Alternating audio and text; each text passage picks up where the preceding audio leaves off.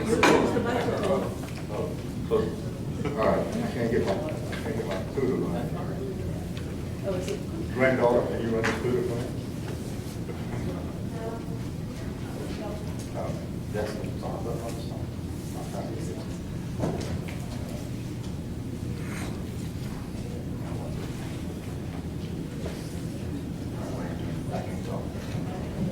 All right, George asked me to come talk to you all about a subject which doesn't exactly fit the whole idea of transatlantic symposium, but it did occur in the same area right here, right over on the river.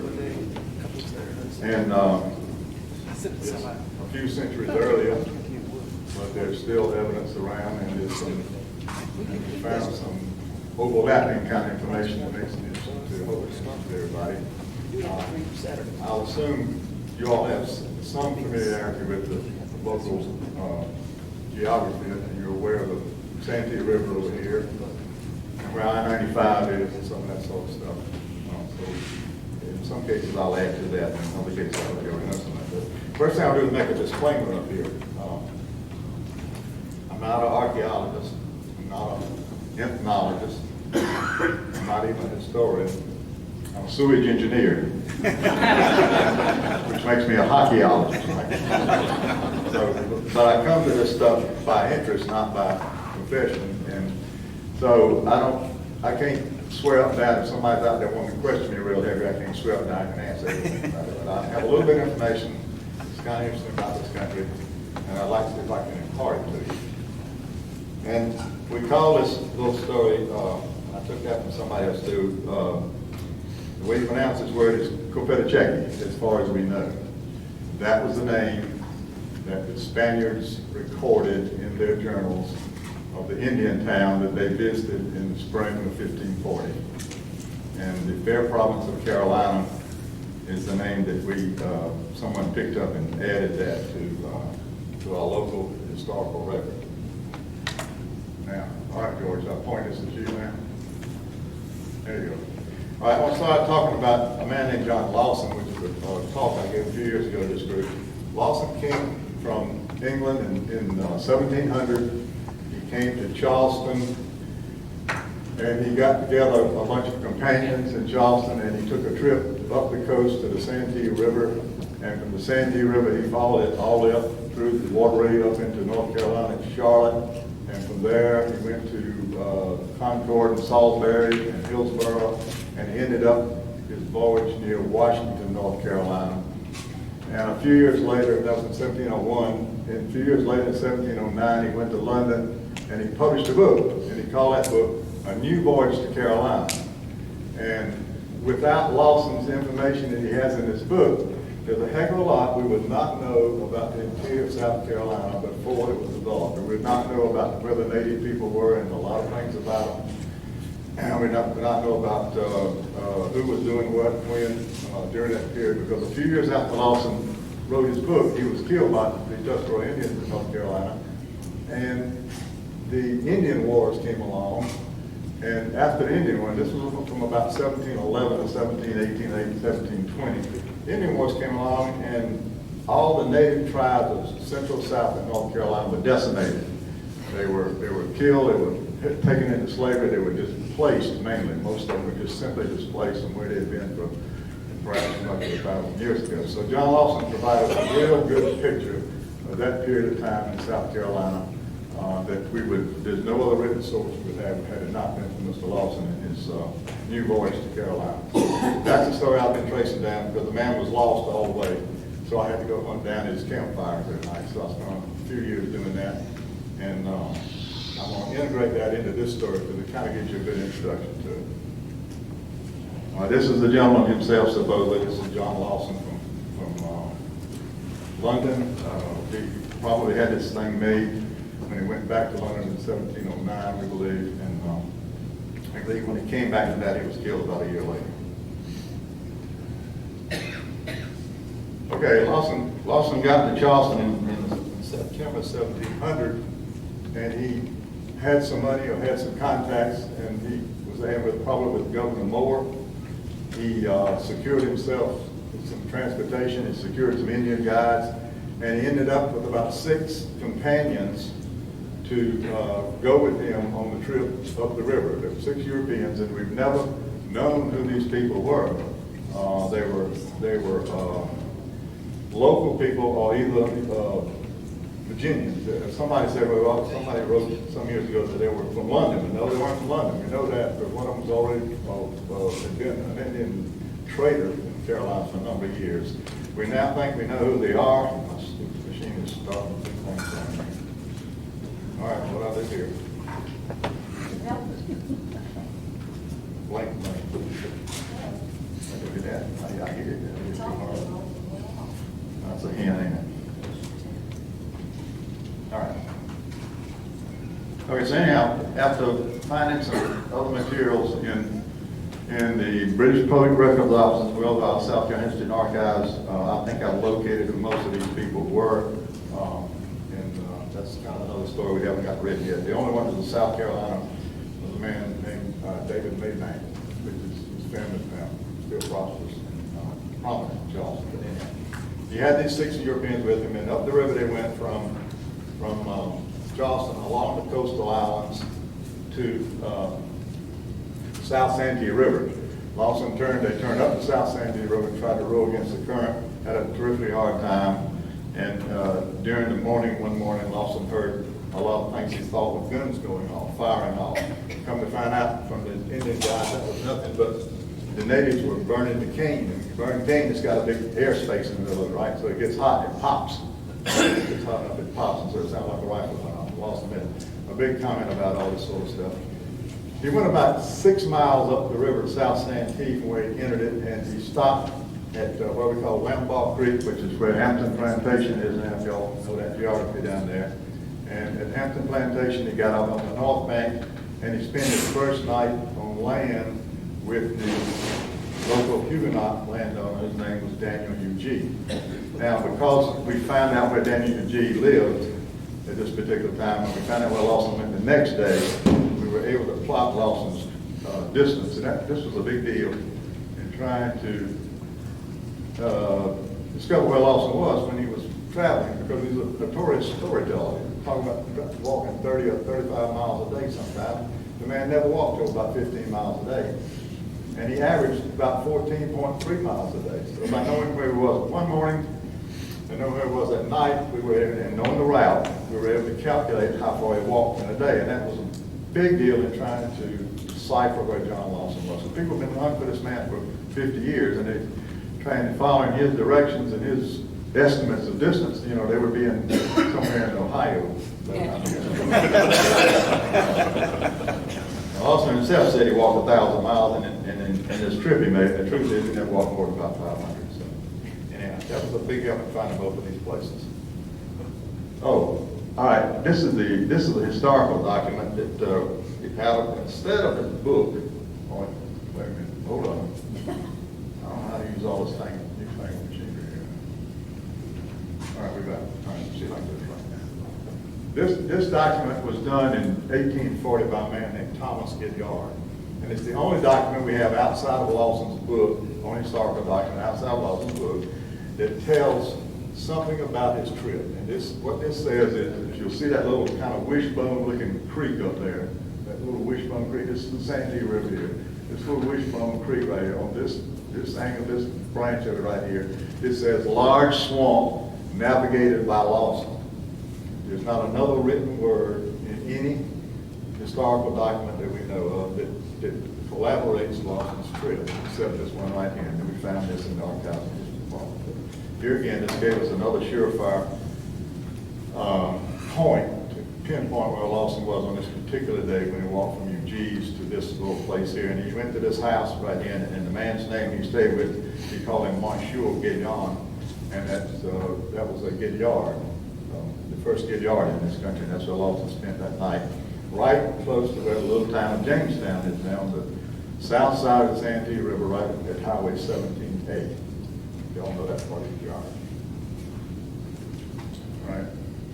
Let's see if that slide doesn't look good to me, but this is another slide showing Lawson's route from Eugene's house, which is the road running along here. here, right in here, and that's the road Lawson was on. Here's the first settlement of the town of Jamestown, where they laid out lots in the early 1700s, but which never prospered because it got flooded out in the spring when the river rose up. But they did have a church there. This was the first Huguenot church in America, as far as we know. And so these people down in Jamestown knew more about John Lawson than probably anybody else in the state of South Carolina, simply because of his connections to their church, because he talked about it in his book. All right, wait a minute, I gotta get the machine going here now.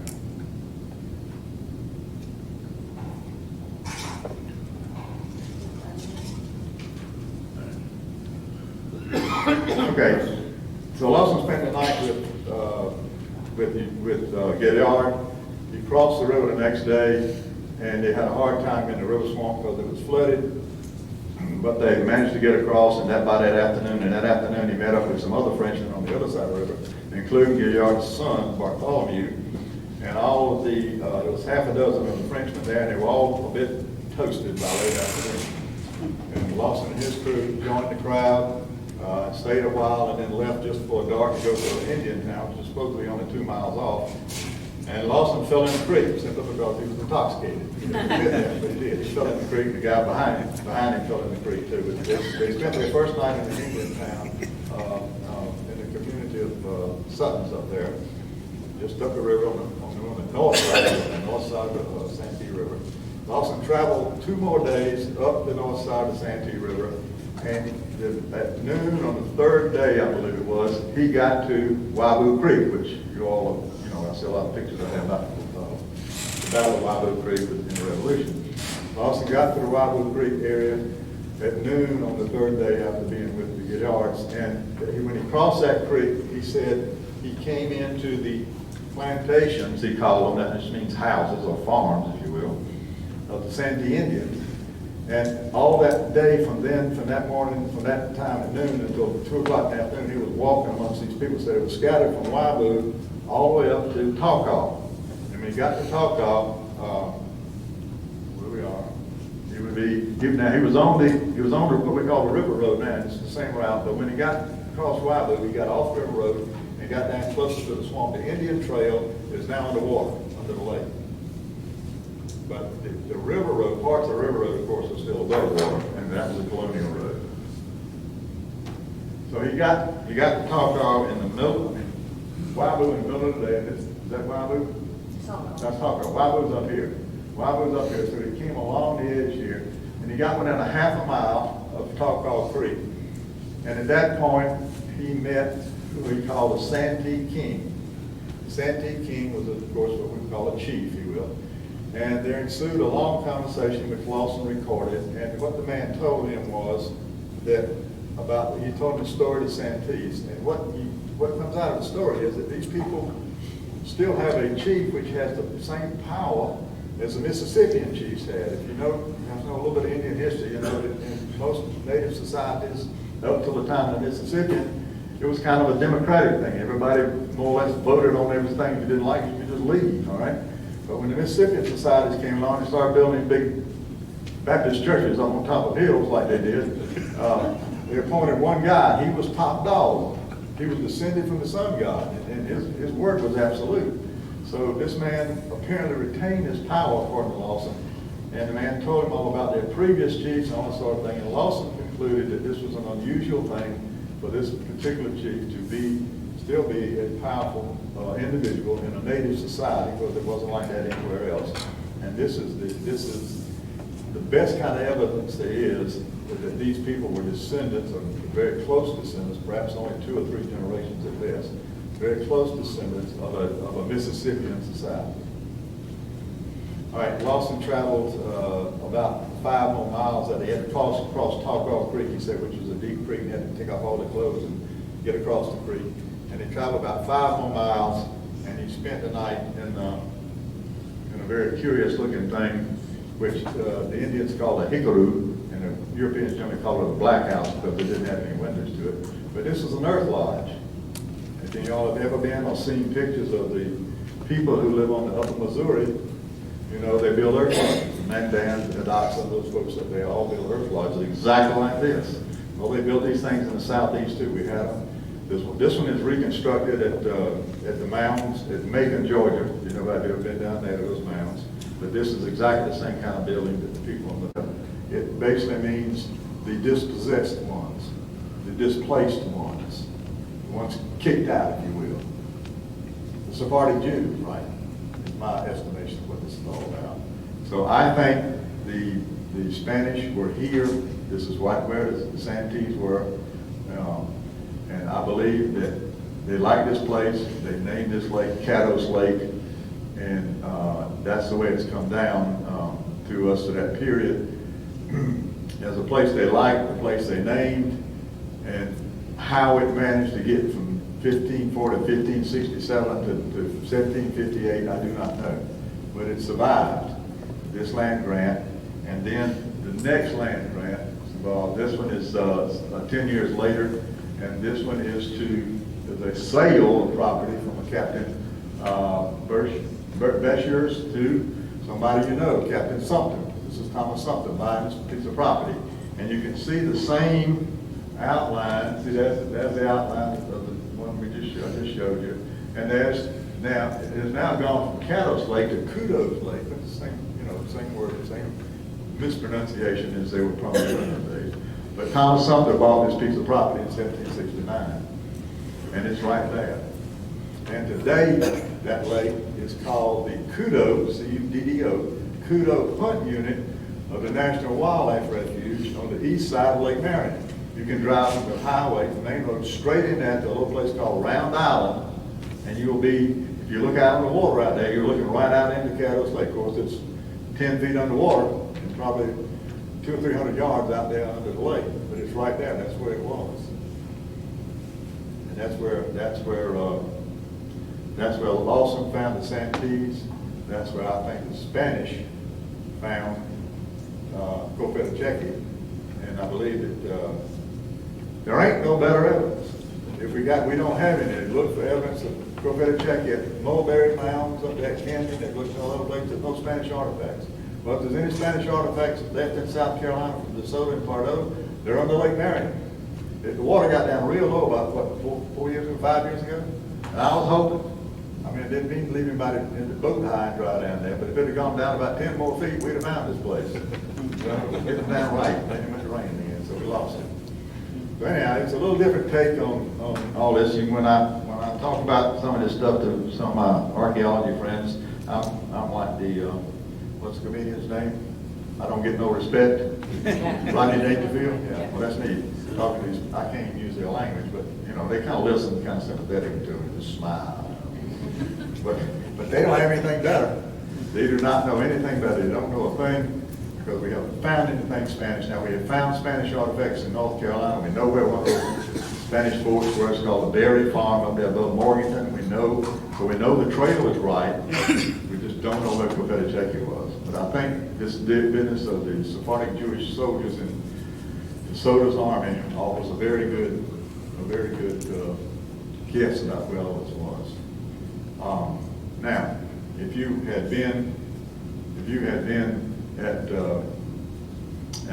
Cofittachequi on what is October 15th?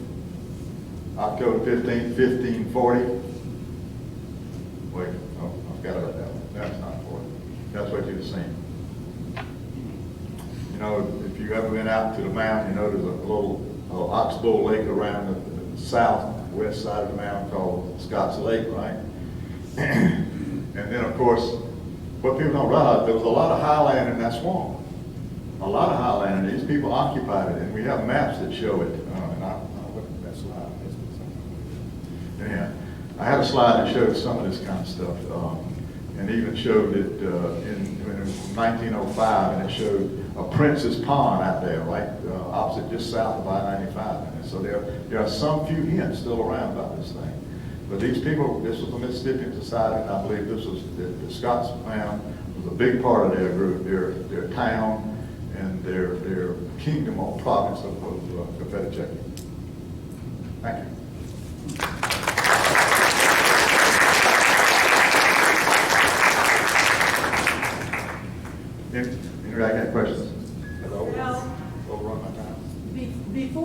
used the mounds for road fill for the causeway and bridge across the lake. How many mounds were on that Fort Watson site? Lawson said there were a number of them. He didn't count them. And I've heard stories that there was one supposed to ride out from Fort Watson, straight out that way. And I don't know, but he did say there are a lot of mounds around here. Of course, that's basically the name of Cofittachequi apparently means it's the town on the high hills, right? So it's quite possible that we're It's possible that some of the locals who remember before the lake was flooded, what was there? In fact, I understand there are a lot of people who have pottery from one of the mounds Oh, yeah. that they use. There's been a lot of artifacts recorded, picked up this. There used to be a Sandy Indian Mountain Museum right across the road from where you go into, on 301, where you go into the National Wildlife Refuge site, and they got a bunch of stuff in there. So you gotta remember, a lot of these mounds may not have been platform mounds. The highest mounds were the platform mounds. These are the ones that put the churches on the top of, right? The so-called burial mounds were always smaller than this. They were much smaller than, so you might have 10 burial mounds there, but the platform mound here out there. Anybody else? In relation to, or are you saying that where Fort Watson, or the mounds are at Fort Watson, where is Cofittachequi in relation to that? Or is that where it was 300 yards out? The Spanish talked about there being two towns. It's where they came across, probably near Nelson Ferry. We don't know where they crossed exactly, but probably near Nelson Ferry. When you look at the maps of where the old roads came to. But they were in this town first, and then they went to the upper town, which they said was a long league away. And it was in the upper town where they found the ossuary, where they found the burial houses, and where they found big baskets and bowls full of pearls. You know, these people got freshwater pearls out of the rivers from the shellfish, the clams in the rivers, right? So they collected these pearls. This was their jewelry. And the Spanish said, well, these are great, but they burned holes in them, so they're not really any good anymore. But there were bushels and bushels of these pearls, and the Spanish took some of them with them, but they didn't have the value that an unfired pearl would have. But the second town they came to would have been up right at I-95, below and above I-95, and would include Fort Watson. And they gave this town a separate name. They called this town Talamico, which means, Miko means chief. So it'd be like, okay, this is the chief towns in the Muskogean language. So there were two towns more or less separated by a few miles in there. And if the big ridge, if you know where I-95 crosses, where 301 used to cross, they have bulldozed out some big old sand hills there. But there's some of these sand hills left just south of there. These sand hills are 15 to 20 feet above the river, the lake now. When the river was there, these things would have been 30, 40 feet high. And the Spanish accounts talk about mulberry trees, lakes, the Carolina bays, and the hills that these Indians built their houses on. So I believe those high sand hills there are part of that town, Talamico, that upper town, all a part of Cofittachequi. Lance? Yes, sir. Yes, do we know what type of tribes were in Cofittachequi or within that area? Do we know who they were? Yes, sir. Not by name, unless you want to name them the Santees. I mean, we don't have a name because the Spanish said they never got the woman's name. They called her beautiful and they called her the princess of Cofittachequi, but they never bothered to ask her what her name is. And they never said what the name these people called themselves. You know, a lot of Indian names have come down to us by what other people call them. And we don't know who the Cofittachequi people were. Anybody else? Did they have any remnants of the Jewish settlements from the soldiers? Sir? Did they have any remnants of the Jewish soldiers? Not directly connected with DeSoto, but there were deserters, and it's a pretty good bet that, of course, these friars, they left some of these preachers in these towns for a year or two. So we know a lot of our, just like in the southwest United States, a lot of our Indians are descended from some of these people. There's no question about that. And the term in colonial South Carolina, after Charleston founded, the term, if you were a Spanish of any kind, the term that you usually got assigned to you where you were Portuguese. You hear that term a lot of times, you read that term a lot of times, and these people are probably, at least some of them, are probably Sephardic Jewish. Yes, sir, in the back. With your differing view as to the location of Cofittachequi, if you're correct in your interpretation of location of Cofittachequi, would that also say that EMA and such was elsewhere than What was elsewhere, I missed that? What was elsewhere? EMA? I think you showed it on one of your graphics there at the fork of the Congaree and the Wateree. So The other towns that sort of, the other towns have been shifted to a different location. yeah, definitely. Cofittachequi I think DeSoto's town where he got to on some river west of Santee, that he burned a couple of Indians alive trying to find where Cofittachequi was, right? I think that was down at Gibbons Ferry, down on the Edisto. There's a lot of Indian presence down there. The Star Town, of course, there's still people down there, down at Fort Willow Swamp down there. So I believe that was it. I forget, what do they call it, Hamedi or something like that? You have another name for it. I can't pronounce some of these Spanish words. Yes, everything shifts, because obviously DeSoto went up the Wateree River. He encountered 2 or 3 towns between here and Charlotte, and obviously there were probably towns near the Mulberry Mounds up at Camden. And now between there and Lancaster County, there's a kind of a dry spell, unless he stayed with the river. If he stayed right with the river, then he would have encountered at least 2 native towns on the west side of the Wateree River, in what is now Fairfield County, because there are mounds there, or they're in the Lake Wateree too. But so there were towns all the way up that river, and they talked about most of them, and as they went up the river, and they gave them Spanish names, which I can't pronounce most of. But he encountered all these towns, and of course he got up and he was at the same town, Qualla, that Pardo came to 26 years later, where Pardo built the fort, in which we found that town now called the Berry Farm site. So we know they were on the same track, and we know and if you back up from there trying to cite all these towns, you get a bad deal, because the scribes didn't give you a really good time sequence. They weren't real good about being real accurate. They were more about show and bluster in their scribing down what they saw. Of course, when these stories of DeSoto came out, that was years later. These survivors were telling Ovidio and the Peruvian guy who wrote Garcilaso, I can't pronounce his name either. They were telling these guys stories that happened to them 10 or 20 years earlier. So some of the facts also screwed with that. But yes, there were more towns up the way, and all of them had to shift. If you shift Cofittachequi, everything else has got to shift.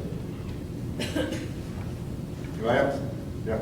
Now, about 5 years ago, I went to Fort Watson, and there were some Native Americans cutting the grass around there. They said they were descended from the local, I guess, the Santees, and they said that there was a chieftain or body of bones buried under Fort Watson. Is that true? Have you ever heard of that story?